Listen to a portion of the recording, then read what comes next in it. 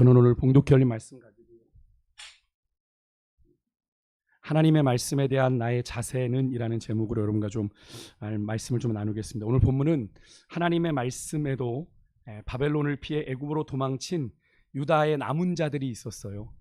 말씀을 묵상하신 분들은 좀 아시겠지만 이제 바벨론이 3차에 걸쳐서 이스라엘 백성들을 끌고 가죠.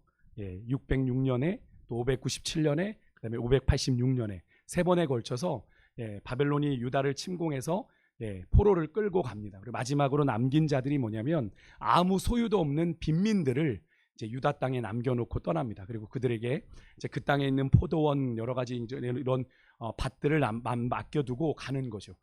그렇게 이제 그런 남겨두었는데 그들의 통치자로 누구를 세워놨냐면 그다랴라고 하는 총독을 세웠습니다. 이 사람은 누구냐면 옛날 요시야 왕 때 성전을 수리했잖아요. 성전을 수리하다가 뭐가 발견되죠? 성전에서 율법책, 그죠? 율법책이 발견돼서 그 율법책이 발견됐습니다라고 그 율법책을 들고 왔던 사람이 누구냐면 서기관 사반입니다. 하나님을 경외하는 자이죠. 그가 그 율법책을 가지고 와서 요시야 왕에게 읽어주니까 요시야 왕이 어떻게 반응합니까? 옷을 찢고 회개합니다. 요시야 왕이 누구죠? 마지막 유다의 선왕입니다. 선왕. 마지막 유다의 희망의 불씨 같은 사람인 거예요. 마지막 유다를 하나님께로 되돌릴 수 있었던 사람인데 안타깝게도 애굽의 느고와 갑자기 전쟁을 하다가 죽임을 당하면서 그게 좀 물거품이 되는데 그 서기관 사반의 손자가 바로 그다랴입니다. 그러니까 저는 말씀을 계속 묵상해 가면서 하나님이 왜 하필 바벨론의 느부갓네살 왕을 통해 유다의 남은 자들을 다스릴 자로 그다랴를 세웠을까? 라는 생각을 해봤는데 그 그다랴는 어떤 사람이겠습니까? 할아버지 서기관 사반의 영향을 받아 하나님을 경외하는 자였다라는 겁니다. 그러니까 하나님은 멀리 보신 거죠. 나중에 이제 이 이스라엘 백성들이 바벨론으로 포로로 세 번이 끌려갔지만 그들이 언제 돌아와요? 70년 뒤에 돌아옵니다. 그죠? 왜? 하나님의 약속이니까 반드시 돌아올 건데 그때까지 하나님께서 이 남은 자들을 통해 그들의 고국 땅을 지키고 있게 하신 거잖아요. 그죠? 그다랴를 통해 지키고 있게 하신 겁니다. 어떻게 보면 마지막으로 하나님의 뜻을 계속 이어갈 수 있는 무리들을 남겨놓은 것인데 그런 그다랴를 이 왕의 종친이자 왕의 장관이었던 이스마엘이라는 사람이 이 그다랴를 암살하게 됩니다. 그것도 암몬이라는 나라의 사주를 받아서. 암몬이라는 나라가 어떤 나라인지 아시죠? 이스라엘 주변에 있는 나라 중에 하나인데 거기에 사주를 받아 이 이스마엘이라는 사람이 이 그다랴를 암살을 해요. 그러고 나니까 이제 그나마 그다랴가 이제 유다 남은 사람들을 이렇게 통솔해서 고국 땅에서 살아보려고 이제 좀 모으고 있는 상황이었는데 상황이 이제 바뀌게 되는 거죠. 그래서 여기 이제 그런 가운데서 이제 남은 자들이 누구를 지도자로 세우냐면 군 지휘관 중에 하나였던 가레아의 아들 요하난을 중심으로 이제 그들이 다시 세력을 이제 규합을 하게 됩니다. 남은 자들끼리. 이스마엘은 그렇게 그다랴를 죽이고 암몬으로 도망가 버렸거든요. 그러니까 남은 자들끼리 어떻게든 이제 살아남아야 되는데 자, 지금 상황이 그다랴가 죽었다는 상황은 어떤 상황이 되는 겁니까? 바벨론이 세운 총독을 죽였으니까 옛날로 치면 일본이 세워놓은 좀 약간 비유가 어감은 좀 안 좋지만 일본이 세운 그런 총독을 암살이 당했다. 그러면 일본이 어떻게 하겠습니까? 군사를 이끌고 이 조선 땅에 들어오는 것과 같은 개념이 일어나겠죠. 그러니까 이들이 생각한 겁니다. 바벨론에 이제 우리는 모함을 받겠구나. 그다랴를 죽였다는 생각에. 그러니까 이들이 바벨론을 피해서 어디로 도망갈 생각을 하냐면 애굽으로 도망가려고 합니다. 그나마 이제 바벨론과 맞설 수 있는 나라가 애굽 정도는 된다고 생각했던 거죠. 그리고 애굽으로 돌아가기로 그들이 마음을 정해놓고 이제 누구를 찾아가냐면 예레미야를 찾아가요. 예레미야를 찾아가서 뭘 원하냐면 기도해 주십시오라고 기도하는 겁니다. 그래서 우리가 하나님이 뭐라고 우리에게 얘기하시든 우리가 듣겠습니다. 순종하겠습니다. 뭐라고까지 그들이 얘기를 하냐면 좀 뒤에서 얘기하죠. 뒤에서 하나님의 응답이 뭐였을까요? 하나님의 응답이 그들에게 그런데 그들이 딱 찾아왔을 때 하나님의 응답은 너희들 애굽으로 가라 가지 마라. 가지 마라. 그죠? 가지 말고 내가 너에게 준 이 땅에 그냥 눌러 살아라. 그렇게 말씀하셨습니다. 내가 너희들과 함께 할 테니까 그렇게 해라. 그런데 그들이 그런 예레미야의 말을 들었을까요? 안 들었을까요? 듣지 않았습니다. 오만하게도 하나님의 뜻을 전하는 예레미야를 거짓말쟁이로 몰아갑니다. 너 거짓말하는구나. 또 예레미야를 통해서 전해진 하나님의 말씀이 거짓이야. 그렇게 말씀하시지 않았어. 라고 이야기를 하고 순종하지 아니하고 예레미야마저 끌고 그들이 애굽으로 이제 가게 됩니다. 그들이 처음 정착한 곳이 어디냐면 다바네스라고 하는 지역. 오늘 우리가 읽은 1절에 놋 뭐 이렇게 밀곤 이렇게 나오는데 그중에 다바네스가 있죠. 그러니까 다바네스가 첫 번째 정착지입니다. 그러니까 애굽으로 딱 들어가자마자 첫 번째 정착지인데 거기서도 하나님의 말씀이 예레미야에게 임해요. 근데 그들이 그렇게 애굽으로 도망갔지만 하나님께서 바벨론의 느부갓네살을 뭔 말을 주시냐면 내가 느부갓네살을 이 애굽으로 불러다가 너희를 철저하게 응징할 거야. 너희가 내 말에 불순종했냐? 내가 너희들을 철저하게 응징할 거다. 이게 오늘 새벽까지의 말씀이거든요. 오늘 우리가 읽은 본문은 내일 본문이에요. 그러니까 그런 유다 백성이 오늘 보니까 다바네스만이 아니라 여기 보니까 믹돌, 놋, 그죠? 바드로스까지 이제 언급이 됩니다. 그러니까 이 지역이 어디냐면 나일강을 중심으로 상류에 있는 지역이기도 하고 하류에 있는 지역이기도 한 겁니다. 그러니까 믹돌은 저 나일강 하류 지역이고요. 여기 바드로스라고 하는 지역은 나일강 상류 지역입니다. 근데 유다 백성들이 처음으로 정착했던 다바네스에서 이들이 어디 이곳저곳으로 지금 흩어졌다라는 걸 우리가 알 수 있죠. 그죠? 여러분 왜 이들이 애굽에서 다바네스라고 하는 이 지역에 한데 함께 머무르지 않고 사실 타국에 나가서는 서로 어떻게 해요? 군락을 형성해서 같이 머무는 게 훨씬 유리하지 않습니까? 그래서 이민사회에 보면 가면 그 나라마다 뭐 코리아타운, 차이나타운 이런 게 왜 존재합니까?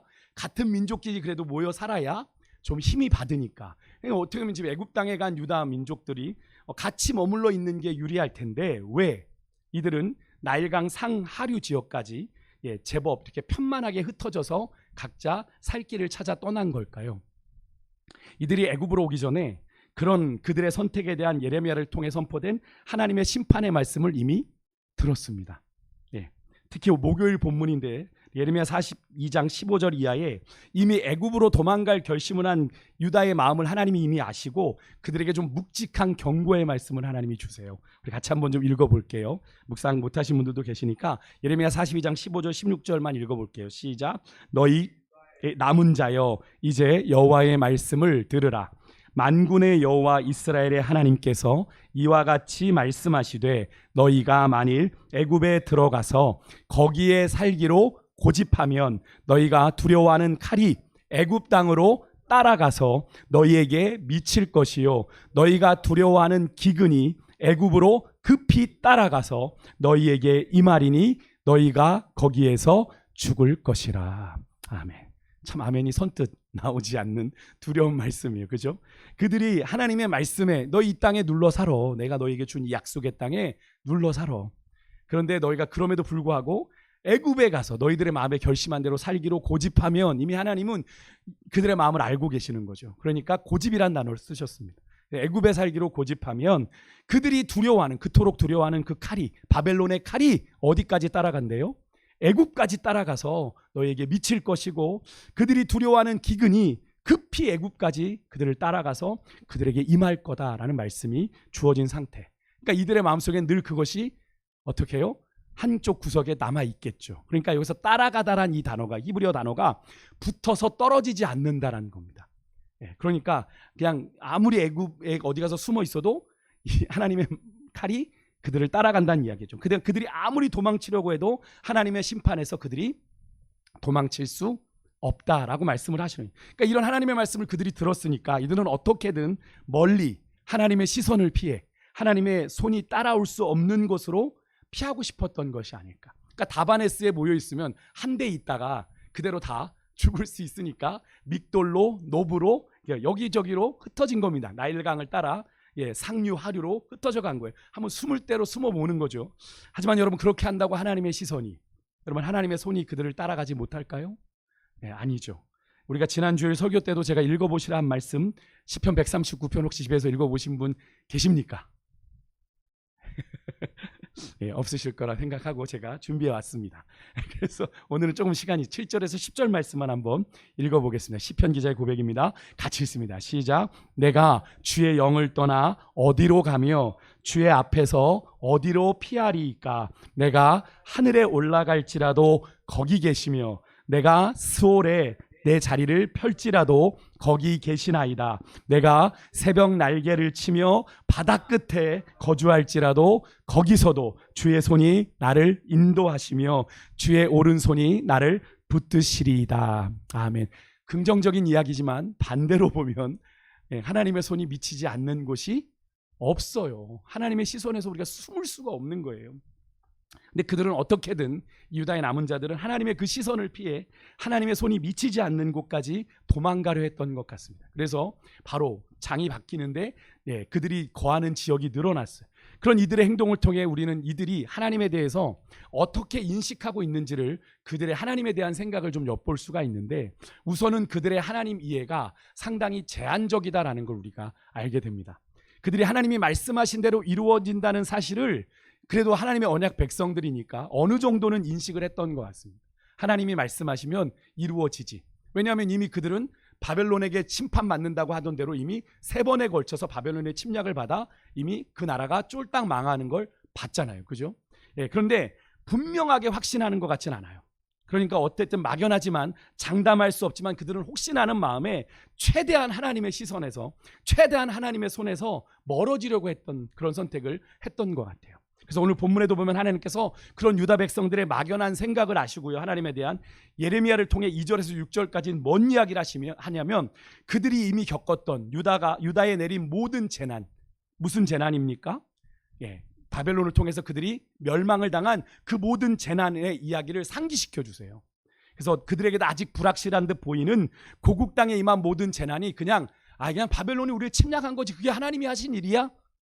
라고 생각하는 그들에게 하나님이, 그게 단순히 바벨론이 너희들을 그냥 강대국이 약소국을 침략한 게 아니라, 그냥 바벨론이 애굽을 치러 가는 길에 그냥 우연히 유다를 친 게 아니라 하나님이 친히 하신 일임을 그들에게 상기시켜 주십니다. 6절에 보면요, 오늘 본문 6절에 보면 하나님이 분과 노여움을 쏟아 유다와 예루살렘을 불살랐다라고 하는 아주 섬뜩한 표현까지 사용하시면서, 그 결과가 거룩한 땅 유다가 하나님이 그들에게 약속의 땅으로 주신 그 땅이 폐허와 황무지가 되었다라고 말씀을 하세요. 6절에 보면요, 근데 그런 유다 백성들의 철저한 심판에는 보다 근본적인 이유가 있는데, 그 이유는 바로 우상 숭배입니다. 3절에 보면요, 그들이 자기나 너희나 너희 조상들이 알지도 못하는 다른 신들에게, 다신 신들을 섬겼다라고 말씀을 하시는데, 여기에 너희나 너희 조상들이란 표현은 그겁니다. 그들의 우상 숭배가 그때에만 잠깐 일시적으로 일어났던 죄가 아니라 오랜 기간 동안 그들 안에 자리 잡아왔던 깊이 뿌리내린 죄다라는 걸 이야기하시는 거예요. 그러니까 이스라엘이 약속의 땅 가나안 땅에 들어가면서부터 그들의 역사 속에선 끊임없이 일어났던 사건이 뭡니까? 우상 숭배죠. 그로 인해서 4절에서도 보니까 하나님이 끊임없이 당신의 종 선지자들을 보냈다고 그래요. 그래서 그들에게 말을 했지만 그들이 듣지 않았고, 결국에는 하나님이 그렇게 진노하실 수밖에 없었던 것을 이야기하시는데, 근데 자세하게 여러분 들여다보면 이스라엘의 죄악이 그저 우상을 섬긴 죄만이 아닌 걸 알 수 있습니다. 최근에 우리가 묵상하고 있는 것처럼 그들이 하나님의 말씀을 어떻게 해요? 들었지만 그 하나님의 말씀을 어떻게 합니까? 무시하고 멸시한 죄가 사실은 더 크다 할 수 있는 그런 죄인데요, 하나님은 지속적으로 그들에게 우상 숭배, 그로 인해 너희가 멸망을 당할 거야 라는 경고를 수시로 하셨습니다. 예레미야가 마지막인데 거의 마지막 대 때까지 계속 선지자들을 보내서 하나님의 경고의 말씀을 주셨는데, 그들이 어떻게 했어요? 그 말씀을 다 무시했죠. 사실 너무나도 보란듯이 그렇게 하나님의 말씀을 무시하는 이 유다 백성들의 모습을 보면, 그냥 우리가 제3자의 입장을 보면 참 당황스럽기도 한 모습을 보이기도 합니다. 사실 하나님의 경고대로 그들이 인정하고 돌이켰다면 충분히 하나님의 구원의 은혜를 경험할 수 있었을 텐데, 그들은 그러하지 못했고 결국 그들은 하나님이 말씀하신 멸망의 자리까지 나아가게 되고 맙니다. 근데 여러분, 혹시 이런 생각 해보셨습니까? 혹시 우리에게는 하나님의 이런 지속적인 경고의 말씀에도, 여러분 뼈아픈 고통을 겪고 아픔을 겪고도 여전히 우리 안에도 버리지 못하는 이 우상 숭배가 이스라엘 안에 깊이 뿌리내려 그들의 운명을, 그 민족의 운명을 흔들어 버렸던 것처럼 하나님의 진노를 부르는 고질적인 죄는 우리에게 없는지, 우리 안에 좀 돌아볼 수 있습니다. 너무나도 만성이 돼서, 그 죄에 대해서 너무나 만성이 돼서 그 죄가 내 삶에 계속 반복되고 있음에도 말씀 앞에서 전혀 거리낌 없이 불편함마저 느끼지 못하는 그런 죄가 우리 안에 있지는 않은지. 이스라엘 백성들에게 그게 우상숭배였잖아요. 우상숭배였습니다. 사실 오늘 본문에서 하나님이요 그들의 아픈 과거를 떠올리고 계시지만, 그들이 망하는, 바벨론에게 멸망당하는 아픈 과거를 떠올리고 계시지만, 사실 예루살렘이 어떻게 무너졌는지, 왜 무너졌는지 이 유다의 남은 자들, 애굽으로 도망친 이들이 모르지 않아요. 다 아는 이야기입니다. 다 아는 이야기를 여러분, 하나님은 왜 오늘 우리가 읽은 이 2절에서 6절까지의 이 구절을 통해서 왜 그들의 아픈 과거를 다시 상기시켜 주시는 걸까요? 여러분, 애굽에서 이 도망쳐온 유다 사람들이 그 사실을 전혀 모르는 사람처럼 자기들의 조상들의 그 악행을, 그 우상숭배를 그대로 답습하고 있기 때문에 그런 겁니다. 그 죄를. 그러면 그 죄를 지어서 멸망당하는 걸 그들이 눈앞에서 보았는데도 불구하고 그 죄를 아무렇지도 않게 애굽 땅에서도 답습하더라. 8절에 한번 보십시오. 유다의 남은 자들이요 하나님은 이미 애굽에는 안 계신 것처럼 애굽 땅에 가서 하나님의 계명을 무시하고 애굽의 신들을 부지런히 섬겨요. 그리고 하나님께서 그렇게 말씀하셨죠. 너희가 왜 그렇게 그런 짓을 해서 스스로 수치와 저주를 자초하느냐, 이렇게 말씀을 하세요. 물론 이들은 이렇게 항변할 수 있을 것 같습니다.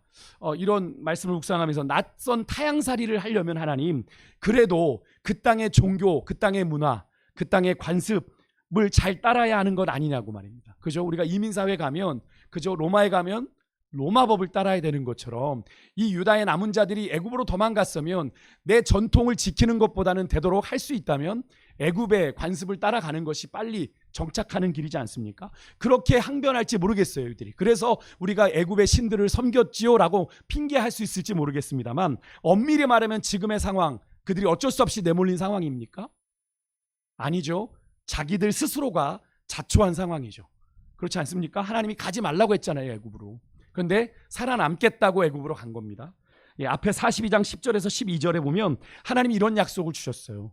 이 떠나간 자들에게 뭔 약속을 주셨냐면, 너희들이 고국 땅에 눌러 살면, 이런 표현을 썼습니다. 하나님이 너희들이 이 고국 땅에 눌러 살면 내가 너희들과 함께 있어 너희들에게 구원을 베풀고 너희들을 불쌍히 여길 거야. 그리고 너희들 그 바벨론을 두려워하지 마. 내가 그들에게서 너희들을 건질 거야 라는 약속을 주셨습니다. 그런데 그들이 누구를 믿지 않은 거예요? 이 하나님을 믿지 않았습니다. 그리고 42장 14절에 보면 그들이 애굽을 선택한 이유가 나와요. 그들의 눈에 애굽이 어떻게 보였대요? 전쟁도 보이지 않고, 나팔소리, 전쟁이다라고 하는 나팔소리 들리지 않고, 양식도 궁핍하지 않은 최적의 피난처, 우리 눈에 확실하게 보이는 피난처로 도망가겠다라고 선택한 게 어디예요? 애굽이라는 거예요. 그러니까 자기들이 지금 그렇게 스스로 선택해서 도망쳐 온 거잖아요. 근데 자기들이 그렇게 항변하면 안 되는 거죠. 근데 여러분, 우리가 세상을 살아가면서 저는 이들의 이런 모습 속에서 우리의 모습을 한번 돌아보기를 원하는데요. 우리도 마찬가지로 세상을 살아가면서 우리의 믿음을 타협하고 순종하기를 망설일 때마다 우리도 이런 애굽에 간 유다 백성들과 비슷한 생각을 한다라는 겁니다. 특히 우리가 인생의 어려움을 만나고 또 급박한 상황에 놓이고 미래가 암울하게 될 때, 암담할 때 하나님을 향한 믿음과 순종을 지키는 게 되게 거추장스럽게 느껴질 때가 있어요. 그죠? 하나님의 말씀대로 나아가는 게 당장 내 인생에 뭔가 변화를 만들어 놓지 못할 것 같아.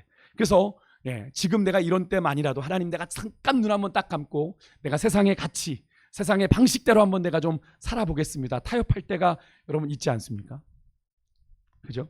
근데 아무리 여러분 형편이 어렵고 상황이 급하고 미래가 암담해도 여러분, 우리가 성도로서 할 수 있는 일이 있고 해서는 안 되는 일이 있는 거잖아요. 그죠? 어느 정도의 경계선은 있어야 되는 건 아닙니까? 어떻게든 우리가 세상 사람들처럼 먹고 살겠다고 우리가 성도로서 가져야 되는 최소한의 믿음의 자존심마저 포기할 때가 있죠. 그죠? 지금 한 번만 눈 딱 감으면 내가 어떻게 해요? 지금 고생을 다 잊을 수 있어. 근데 그게 하나님이 원하시지 않는 거예요.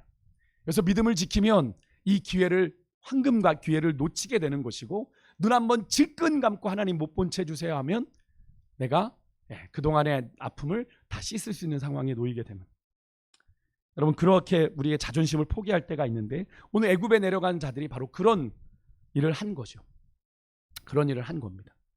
근데 여러분, 그런 그들의 선택이요, 당장의 문제를 해결했는지 모르겠습니다. 당장 애굽으로 가니까 안전하다고 느꼈겠죠. 그죠? 애굽이라고 하는 큰 제국 속에서 이리저리 흩어져 살아보니 양식도 있는 것 같고 이 정도 제국이면 바벨론과 능히 맞설 수 있는 것 같고, 그런데 그들의 근본적인 상황은 바꾸지 못하고 결국에는 실패하기에 결국 그런 그들의 선택은 계속 영적인 악순환만을 불러오게 되는 거죠.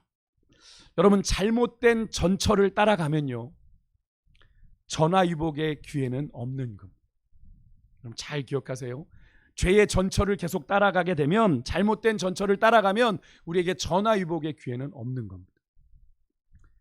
오늘 본문의 유다 백성들 보십시오. 그들의 조상들의 실패를 분명히 봤어요.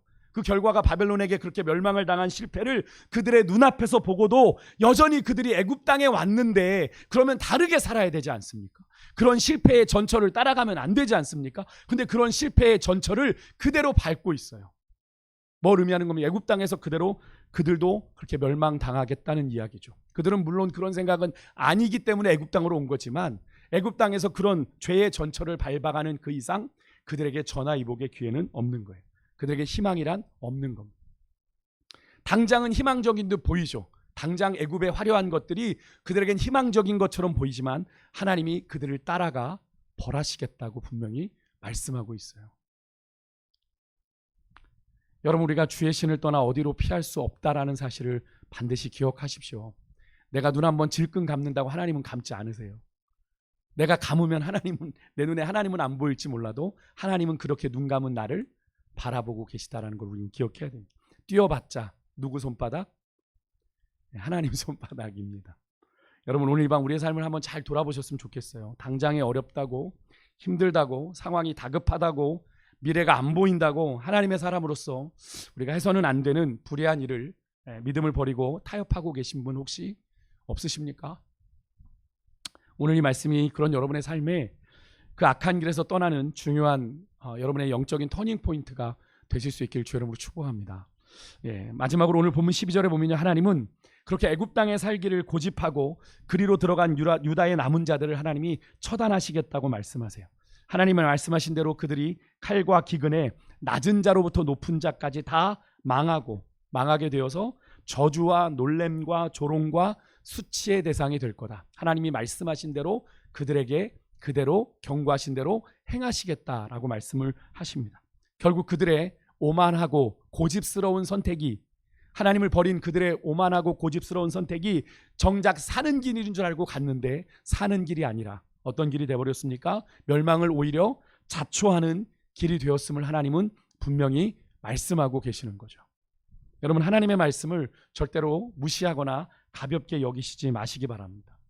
당장 죄를 지어도 우리의 삶에 큰 문제 없이 무탈하게 사라질 때가 있잖아요. 그죠?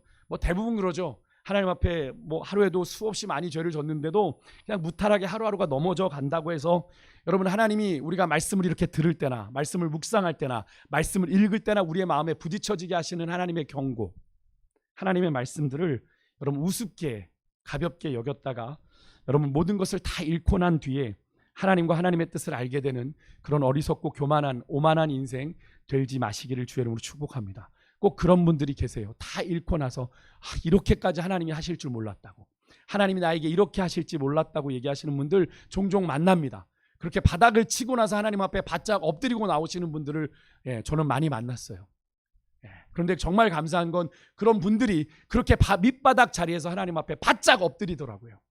하나님이 그렇게 모든 걸 거두어 가시니까, 한순간에 정말 거두어 가시니까 정말 쫄딱 망해서 하나님 앞에 바짝 엎드리는데, 매일같이 밤마다 새벽 철야기도 하면서 하나님 앞에 무릎 꿇었는데 하나님이 그 인생들을 회복시켜가는 걸 다시 보았는데요. 여러분, 그렇게 뒤늦게 깨닫지 마시고요. 물론 그렇게 깨닫는 것도 너무 복이지만 하나님께서 순간순간 우리에게 말씀하시잖아요. 순간순간 우리에게 말씀하신 걸 여러분 믿으십니까? 성경에서만 하나님은 말씀하고 계시는 게 아니라, 그때에만 하나님이 말씀하시는 것이 아니라 오늘도 지금도 하나님은 동일하게 우리에게 말씀하고 계십니다. 안 들린다고요? 왜 안 들리는 걸까요? 우리가 듣지 않으려 하기 때문에 못 듣는 겁니다. 왜? 내가 원하는 말씀 아니니까 내가 귀를 막는 거죠. 여러분, 우리가 소리가 있다고 다 듣는 것 아니지 않습니까? 내가 집중하여 들을 때 들리는 소리가 있습니다. 그게 우리가 귀로 듣는 거죠. 소리가 있다고 해서 듣는 게 아닙니다. 하나님의 소리가 메아리 치고 있는데 내가 들으려 하지 않으면 안 들리는 거예요. 안 들리는 거예요. 여러분 듣고 싶은 말만 들으려고 하니까 하나님의 말씀이 제대로 들리지 않는 겁니다. 여러분 오늘 이 시대에 정말 그런 시대예요. 말씀을 내 마음대로 내 뜻대로 취사선택할 수 있는 그런 때입니다. 네, 그죠? 말씀의 홍수 속에서 언제든지 내가 원하는 말씀을 취사선택해서 들을 수 있는데 여러분 말씀을 취사선택하지 마시고요. 아프더라도 울더라도 하나님의 말씀이면 듣는 은혜가 있으시기를 주 이름으로 축복합니다. 때로는 회개를 권면하실 수 있고요. 때로는 돌이키게 하실 수도 있고요. 때로는 포기하라고 말씀하실 수 있고요. 때로는 잘라내라고 말씀하실 수도 있고요. 하나님 그렇게 말씀하시더라고요. 그럼 당장 기분이 안 좋죠. 예, 내가 지금 잘하고 있는 것 같은데 하나님이 그걸 내려놓으라고 하시니까 내 뜻과 맞지 않을 땐 그 말씀이 더 받아들이기 어렵지만 그럼에도 불구하고 하나님의 말씀이 분명하다면 그 말씀에 순종하는 게 은혜인 줄 믿습니다. 하나님의 말씀이에요. 여러분 그것이 진정으로 사는 길이고 복입니다. 분명히 하나님 앞에 나중에 여러분들이 그런 때가 안 오시길 바라지만 내가 그렇게 말했는데 왜 하나님 내게 말씀 안 하셨어요? 내가 말했다 이놈아. 왜 못 들은 겁니까? 내가 들으려 하지 않았던 겁니다. 왜? 내가 지금 인생이 다급하니까, 내가 인생이 어려우니까, 지금 그 말씀 들으면 안 될 것 같으니까 하나님 잠시만요 하고 귀를 닫고 그냥 달려간 거예요. 그런데 나중에 가서 어려운 상황이 되면 하나님께 뭐랍니까? 하나님 왜 말씀 안 해주셨어요? 왜 중간에 나 브레이크 안 당겨주셨어요? 말씀하셨죠. 우리가 들으려 하지 않았던 겁니다. 여러분 오늘 이 밤 우리가 좀 하나님 앞에 귀를 열고요. 주님 말씀하여 주옵소서. 내가 듣겠나이다. 어떤 말씀이든지 내게 주시는 그 말씀을 여러분 귀 기울여 듣는 오늘 이 밤이 되길 소망하고요.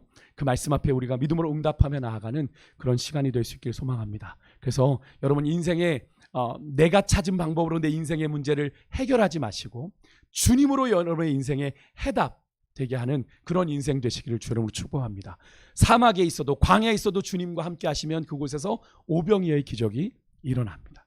빈들에 아무것도 없는데, 그죠? 우리 아까 찬양했잖아요. 예, 정말 적은 도시락, 물고기밖에 없는데 그것이 주님이 축사하시니까 오병이어의 기적이 일어나는 것.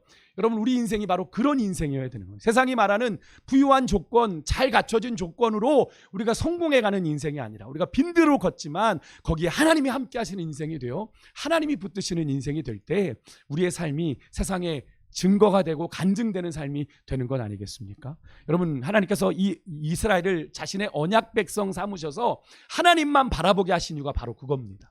하나님만 바라보는 민족이 어떻게 되는지 세상의 증거로 삼으라 했는데 이들이 자꾸 어떻게 했어요? 하나님만 바라보지 않고 자꾸 다른 것들을 기웃거렸단 말입니다. 그래서 결국 그들이 멸망을 당하게 된 거잖아요. 여러분 우리의 인생이 하나님의 사랑 속에 살아가는 인생이니까 우리에게 늘 기회가 주어지지만 우리가 하나님 앞에 서는 그날이 있는 줄 믿습니다. 그렇기 때문에 우리는 늘 그것을 준비하고 마음에 준비하고 살아야 돼요. 언제 우리가 하나님 앞에 서게 될런지 모릅니다. 제가 이번에 이제 아까 우리 집사모 장춘 나눴는데 저희 아버님이 이렇게 쓰러지셔서 넘어지셔서 이렇게 기흉이 오신 거예요. 기흉. 근데 몰랐던 거예요. 그래서 5일 만에 그걸 알았는데 제가 그거를 오늘 얘기를 듣면서 제가 되게 막 화가 났어요. 아들로 막 화가 났어요. 늦게 알은 것도 속상했지만 물론 이제 어머님은 제가 이제 뭐 성경학교도 하고 막 이러니까 부담 갖지 말라고 얘기를 안 하신 거고 여동생한테만 이야기한 걸 여동생이 이제 저한테 이제 얘기를 한 거죠. 아니 그런데 그런 이야기를 들으면서 그런 생각이 들었습니다. 그 조금만 더 늦었으면 위험할 수 있었다라고 얘기를 하시는 거죠. 저희 아버님이 몸이 이렇게 건강하신 상황도 아닌데 그런 상황 속에서 저는 다시 한번 인생에 대한 생각들을 해보게 되는 거죠. 여러분 우리의 인생이 어느 때인가 어느 순간에 하나님이 오라 부르실지 모르는 인생을 살아간다는 걸 우리가 꼭 기억해야 돼요. 당연하게 사라지는 인생 아니지 않습니까? 그죠? 그렇기 때문에 우리는 날마다가 하나님 앞에 늘 두렵고 떨림으로 우리의 구원을 이루어가는 그런 삶이어야 될 줄 믿어요. 다른 것이 아니라 주님으로 말미암는 인생 살아가실 수 있길 축복하고요. 그래서 우리가 한 번 사는 너 어떻게 살다 왔니? 하나님 내 맘대로 내 뜻대로 살다 왔는데요가 아니라 주님 뜻대로 살아가려고 몸부림치다 내가 주님 앞에 왔습니다. 고백할 수 있는 그런 인생들 되시기를 주 이름으로 축복합니다. 우리 시간에 죄송한데요. 전사님 말씀 좀 찬양 좀 바꿀게요. 우리 말씀 앞에서 우리 찬양 가지고 우리 오늘 좀 말씀을 주신 말씀을 우리가 좀 정리하며 나아갔으면 좋겠습니다. 말씀 앞에서 경외함으로 주께 홀로 섭니다.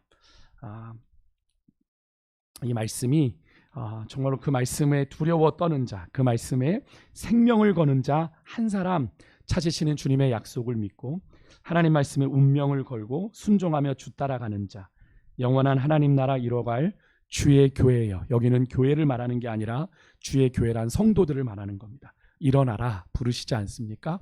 오늘 그렇게 하나님의 말씀에 운명을 거는 여러분과 저의 삶이 될 수 있기를 주 여러분 축복합니다.